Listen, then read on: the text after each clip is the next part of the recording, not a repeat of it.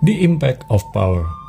Dengan kuasanya sendiri, Allah sudah memberikan segala sesuatu yang kita perlukan untuk menjalani hidup yang sesuai dengan kehendak-Nya. Semua berkat rohani itu diberikan kepada kita karena kita benar-benar mengenal Allah yang sudah memanggil kita oleh karena kemuliaan dan kebaikan-Nya. 2 Petrus 1 ayat 3 dalam terjemahan sederhana Indonesia. Welcome June. Tema renungan bulan Juni 2023 ini adalah The Impact of Power. Kata impact yang merupakan kata benda dalam Merriam-Webster Dictionary memiliki arti the force of impression of one thing on another, a significant or major effect. Kekuatan kesan satu hal pada yang lain, efek yang signifikan atau besar. Dalam arti sederhana, kata impact memiliki arti dampak. Jadi, the impact of power memiliki arti dampak dari kuasa. Bagaimana memiliki kehidupan yang berdampak luar biasa? Mengapa saya perlu memiliki kehidupan yang berdampak luar biasa? Mari kita belajar bersama. Dalam 2 Petrus 1 ayat 3 dinyatakan bahwa dengan kuasanya yang sangat luar biasa, Allah sudah memberikan segala sesuatu yang kita perlukan untuk menjalani kehidupan yang sesuai dengan kehendak-Nya dan rencananya. Tujuan dari kuasa yang dipercayakan dan diberikan kepada kita adalah agar dampak kehidupan kita nyata bagi semua orang.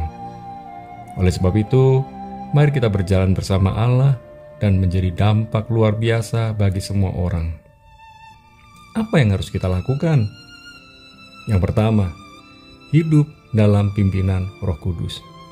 Roma 8 ayat 14. Dalam Roma 8 ayat 14 dikatakan, sebab semua orang yang dipimpin oleh Roh Allah adalah anak-anak Allah. Jika kita mau hidup kita berdampak luar biasa, maka kita harus mau hidup dipimpin oleh Roh Kudus. Kita harus mau berjalan dalam rencana dan kehendak Roh Kudus setiap saat. Ingatlah bahwa Roh Kudus selalu melakukan hal yang supranatural.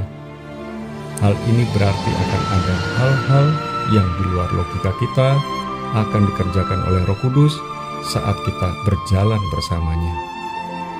Bagian kita adalah mengerjakan hal-hal yang natural.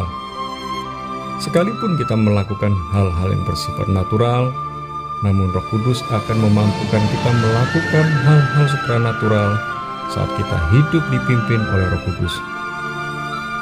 Sudahkah kita hidup dipimpin oleh Roh Kudus? Yang kedua, kita adalah bangsa yang terpilih. 1 Petrus 2 ayat 9-10. Jika kita mau merenungkan keberadaan diri kita, maka seharusnya kita tidak layak disebut sebagai bangsa yang dipilih oleh Allah. Namun pada kenyataannya kita adalah bangsa yang terpilih, imamat yang rajani, bangsa yang kudus, dan umat kepunyaan Allah sendiri. Tujuan Allah memilih kita adalah agar kehidupan kita menggarami dan menerangi dunia ini. Sebenarnya kita adalah the world influencer, yaitu orang yang memberi pengaruh kepada dunia.